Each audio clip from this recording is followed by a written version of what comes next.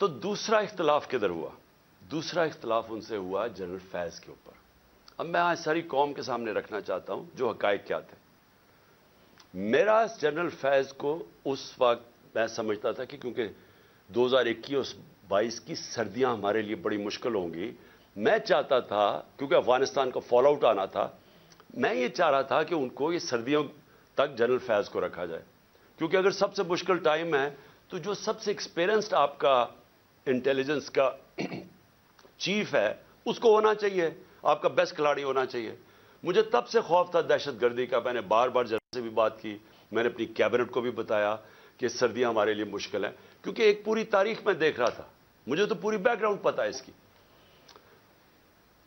اللہ نے کرم کرنا تھا ایک طرح ہمارے اوپر بھی اور افغانستان کے لوگوں کے اوپر کہ وہ جو امریکن جو ٹرین کیا ہوا تھا افغان فوج، اس نے ہتھیار ڈال دیے. پریزیڈنٹ غنی ملک سے چلا گیا افغانستان سے، ایک دم طالبان کی گورنمنٹ آ گئی. کوئی خانہ جنگی سے یہ سارا خطہ بچ گیا. اس نے آپ کو اندازہ نہیں کہ پاکستان کے اوپر کتنا فائدہ ہوا اس کا. اگر خدا نہ خواستہ خانہ جنگی شروع ہو جاتی ہمیں سب سے بڑا نقصان ہونا تھا. اللہ نے کرم کیا، افغانستان کے لوگوں پہ ہمیں بھی بچا لیا. اب اس کے بعد کیا ہوا؟ پاکستان کیونکہ ہم نے دوحہ کے ڈائلاگز جو امریکن اور طالبان کے تھے ہم نے سب سے زیادہ اس میں پروموٹ کیا، اس کے اندر ہمارا سب سے بڑا کام تھا. تو ایک جو گورنمنٹ سب سے پہلے جس کے سب سے اچھے تعلقات تھے افغانستان میں وہ پاکستان تھا.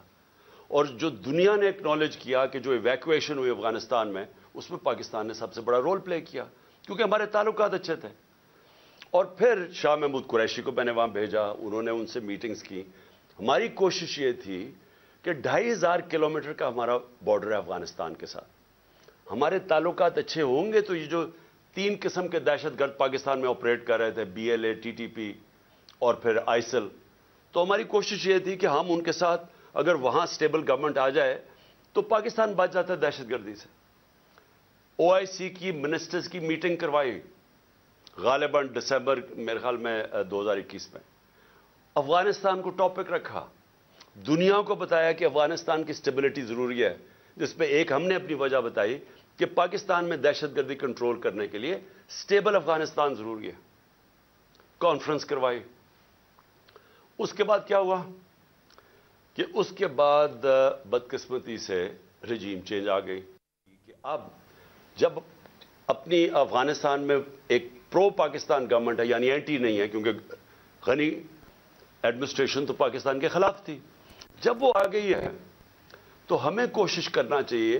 اب جب طالبان انہوں نے بھی کہہ دیا کہ اب ہم ان کو واپس بھیجنے لگے ہیں، اب 30 سے 40 ہزار طالبان فائٹرز اور ان کی فیملی افغانستان میں تھی. تو ہماری میٹنگ ہوئی اور ہم نے سوچا کہ اب ان کو کیا کرنا ہے. وہ کہہ رہے ہیں کہ پاکستان آئے اب یہ واپس، اور وہ بیچ میں بھی پڑھنے لگے تھے کہ ہم کسی طرح بات چیت پہ بھی وہ فیسیلیٹیٹ کریں.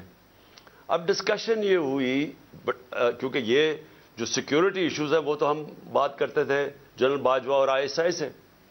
جب ہماری بات ہوئی تو 2 ہمارے، خاص طور پہ 2 کی میں بات کر رہا ہوں، 3 جو ایک اور ہمارے بیوروکریٹ تھے جن کو قبائلی علاقے کا اندازہ تھا جو سرو کر چکے تھے، اور ہمارے نور الحق قادری صاحب جو خیبر ایجنسی سے تھے، اور مراد جس نے ساری جو سوات کے اندر پورا آپریشن ہوا تھا طالبان. تو انہوں نے بیٹھ کے بڑا خدشہ بتایا کہ دیکھیں جب وہ آئیں گے تو ان کی سیٹلمنٹ کیسے ہوگی، کیونکہ بڑا مشکل ہوگا، لوگوں کی دشمنیاں ہیں، قتل کیے ہوئے ہیں آپس میں، اور انہوں نے طالبان نے، تو وہ بڑی تشویش تھی.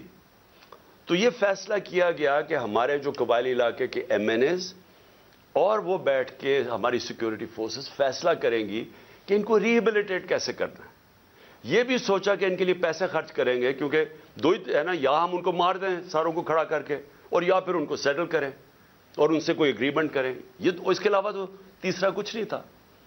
تو ہم نے ان سے یہ بات ہوئی اور وہ بدقسمتی سے بات آگے بڑھی نہیں کیونکہ اور چیزیں آ گئی، اور آپ سب جانتے ہیں رجیم چینج کے اندر اور چیزیں آ گئی.